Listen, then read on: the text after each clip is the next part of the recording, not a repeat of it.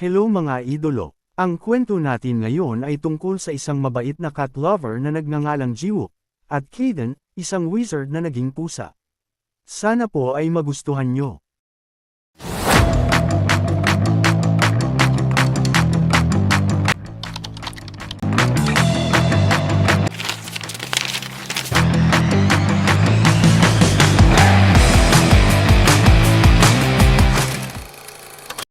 Ang istorya ay nagsimula na isang gabi, sa isa sa mga blok kung saan ay tahimik ang kapaligiran, hanggang sa isang puting kidlat ang kumalat sa kalangitan, isang guhit na parang buntot ng bituin, ay papalapit sa isa sa mga gateway.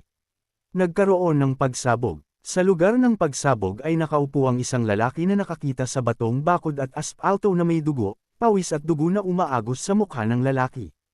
Isinandal niya ang kanyang kamay sa dingding at mabigat na tumayo. Iniisip na siya si Kaden ay magmumukhang kaawa-awa, ngunit hindi ito mangyayari kung ang mga masasamang tao ay hindi nagsimulang umatake sa kanya sa isang pulutong.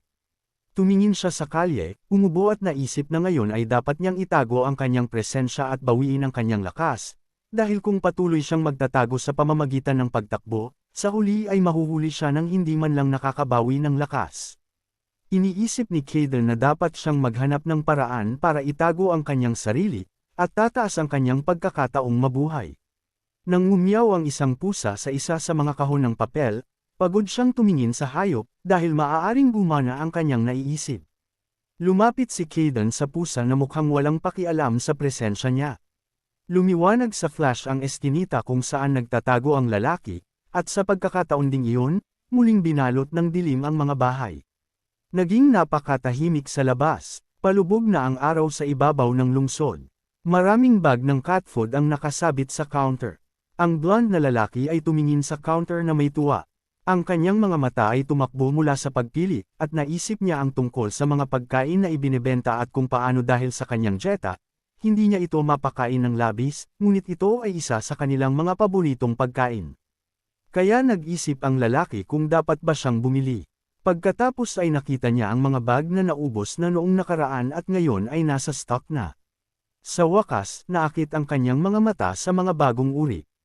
Ang lalaki ay nalilikot sa counter at iniisip ang tungkol sa mga pusa na kailangang aprubahan ang pagkain, kaya gusto niyang bumili ng ilan upang subukan, kahit na medyo nag-aalala siya na maaaring hindi tanggapin ng mga hayop ang mga bagong produkto, kaya dapat niyang bilhin ang mga ito sa ibang pagkakataon. Ngunit ang ilang mga varieties ay ibinebenta para sa huling araw. Kaya't napagdesisyonan ng binata na, dahil narito siya, bibili siya ng ilan sa mga ito. Pagkatapos ang kanyang nasasabik na tingin ay nahuli ng isang larwang may magagandang review. Nilagay niya ang daliri niya sa labi niya sa pag-aakalang gusto niyang bilhin ang lahat ng ito pero sobra-sobra na kaya hindi niya alam ang gagawin. Sa huli, naisip ng lalaki na kung siya ay bibili dapat siyang bumili ng malaki at pagkatapos ay bumili siya ng maraming paninda, na ikinatuwa ng may-ari ng tindahan. Ang mga bahay ay nalunod sa ginintuang sinag. Ang lalaki ay nakatayo sa crosswalk na hinalungkat ang bag at bumubulong sa kanyang sarili na inaasahan niyang may mabibili siya para sa kanyang sarili. Ngunit dahil sa lahat ng ito, siya ngayon ay walang pera. Inilagay niya ang bag sa kanyang backpack na may isang nasisiyahang ngiti, at naisip na ang kanyang anak ay magugustuhan ito, kaya lahat ay maayos. Biglang nabaling ang atensyon niya sa ina na kausap tungkol sa telepono, at sa anak nito na tumatakbo sa paligid niya. Biglang tumakbo palabas ang bata sa kalsada nang hindi lumilingon. Isang sasakyan ang humaharurot sa kalsada. Ang bata ay tumingin ng takot, napagtanto na ang kotse ay hindi magkakaroon ng oras upang huminto. Ang ilaw mula sa mga headlight ay nagpapaliwanag sa takot na figure ng batang lalaki na tumakbo palabas sa kalsada upang kunin ang kanyang bola. Agad na tumakbo ang bata sa kalsada. Tumakbo siya patungo sa bata sa bilis ng kidlat, tila bumagal ang lahat sa paligid ng hawakan ng bida ang bata sa kanyang mga bisig, na binuhat palayo sa sasakyan. Biglang nasira ang sasakyan kaya nag-iwan ito ng mga marka ng gulong. Nakahinga ng maluwag ang bata nang matagpuan nila ang kanilang mga sarili sa bangkita. Ang bata ay tumingin sa unahan at nagulat, hindi naiintindihan ang nangyari. Umupo ang batang lalaki sa tabi niya, inakbayan ang kanyang mga braso, tinitingnan kung okay ang bata, at pagkatapos ay sinabing natatakot siya. Nakinig siya sa karamihan, nakakuha ng mga snippet ng sorpresa, mga parirala tungkol sa pagkawala ng bata, nagtatanong ang mga tao sa isa't isa kung nakita nila ang nangyari. Tumayo ang bata at sinabing tatawagan niya ang kanyang sarili na kuya. At sa sandaling iyon, tinawag siya ng ina ng bata. Tiningnan ng bata ang bata sa huling pagkakataon at naisip na natutuwa siya sa kaibuturan ng kanyang kaluluwa na mailigtas niya ang buhay ng batang ito gamit ang kanyang kakayahan. Tinanong ng ina ng bata kung nasaktan siya, pagkatapos ay ipinaalala nito na nag-aalala siya sa kanya at tinanong kung sino ang tumulong sa kanya, na sinagot ng bata na iniligtas siya ng kanyang nakatatandang kapatid. Itinuro ng bata ang kanyang daliri sa kinatatayuan ng binata.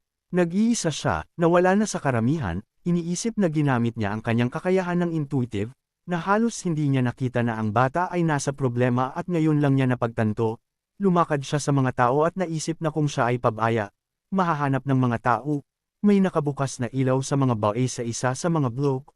Bumaba ang bata sa hagdanan na may hawak na mga mangkok sa kanyang mga kamay at tinawag ang kanyang mga pusa.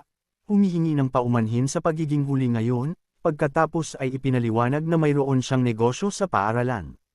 Umupo siya sa tabi ng mga pusa at sinabing laging magkasama ang tatlong pusa niya, kaya interesado siya kung pamilya ba sila o magkaibigan lang. Ang mga pusa ay nag-aanyaya, at ang batang lalaki ay nagtanong kung ano ang nangyari sa kanila at kung bakit hindi sila kumakain. Natarante siya at inisip kung paano mangyayari na walang kumakain, dahil naubos na niya ang lahat ng allowance niya sa pagkain na ito, tila tinatawag siya ng black at white cat para sumunod. Tumayo ang bata at sinundan ang mga pusa na tila dinadala sa kanya kung saan, kakaiba daw sila ngayon. Pagkatapos ay tinanong sila kung saan sila pupunta. Sa wakas, napagtanto ng binata na gusto nilang sumunod siya sa kanila. Sinundan niya ang mga pusa. Dinala siya ng mga hayop sa gateway. Nawala ang black at white cat sa kanto. Tumingin ang lalaki mula sa likod ng dingding at nagtatakang nagtanong kung dumating sila bigla. Natagpuan niya ang isang luya na pusa na nakahiga sa sahig na puno ng dugo. Mainit na liwanag ang bumubuhos mula sa mga bintana ng bahay. Sa malabo niyang paningin, kitang-kita niya ang mga lamp sa kisame. Sa wakas, nakatuon ang kanyang tingin. Natagpuan ni Kaden ang kanyang sarili sa silid, bagaman hindi niya maintindihan kung nasaan siya, pagkatapos ay naalala niyang nawalan siya ng malay. Itinaas niya ang paa sa harap, pagkatapos ay itinaas niya ang paa sa likod. Napatikip ng tenga si Kaden at napabuntong hininga. Nagulat siya nang makita ang sarili sa katawan ng isang pusa. Napapikit si Kaden at naalala na eksaktong ginawa niya iyon. Sa kanya naalala kung paano niya nilapitan ang walang pakialam na pusa.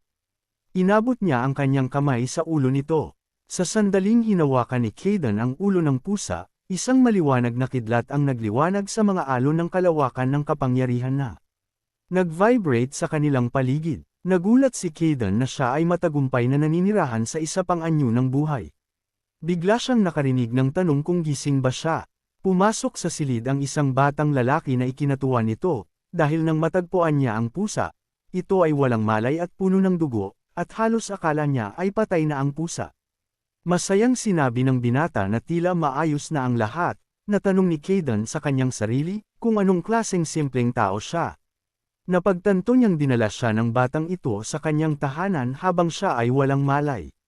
Biglang tumakbo palabas ng kwarto yung bata na parang may naalala si Kaden.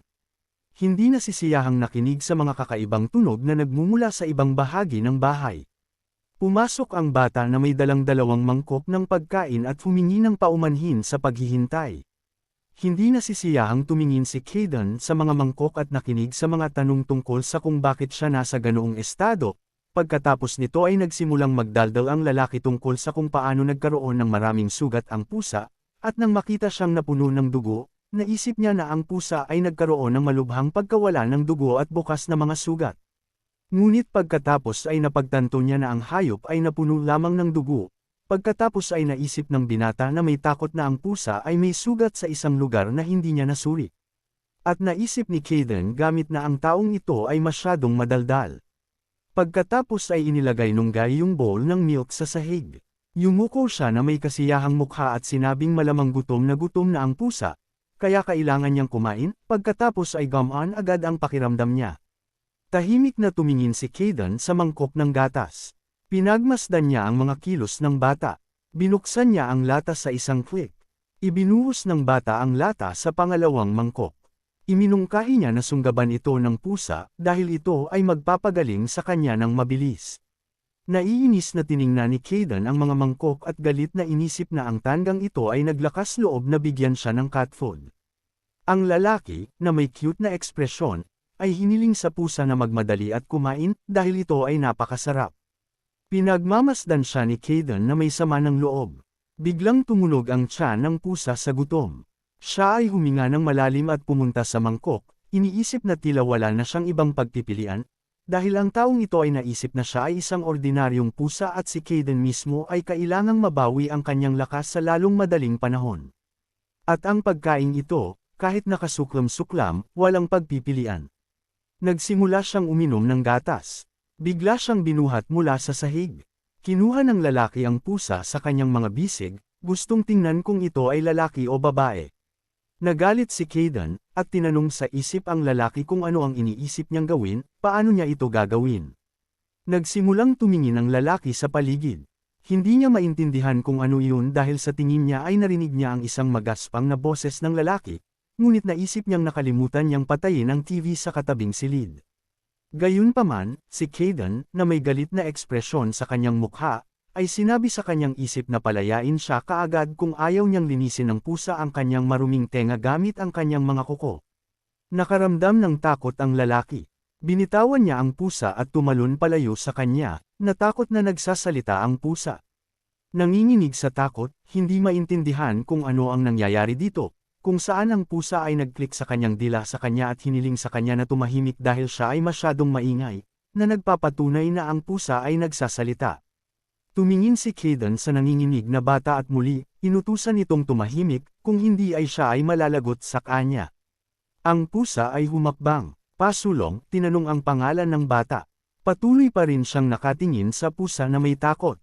Tumayo si Kayden sa harap ng bata at nagbanta na itinanong ang kanyang pangalan, kung saan hiniling sa kanya ng bata na ulitin ang tanong.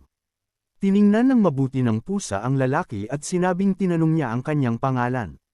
Nagpatuloy sa pag-iling ang bata. Lumala ang galit ni Kayden, inilabas ang kanyang mga kuko at nagbanta na tinanong kung gusto ng lalaki na ulitin niya ang kanyang tanong. Sinabi ng bata na ayaw niya. Kaya napaupo si Jiwoo sa sahig.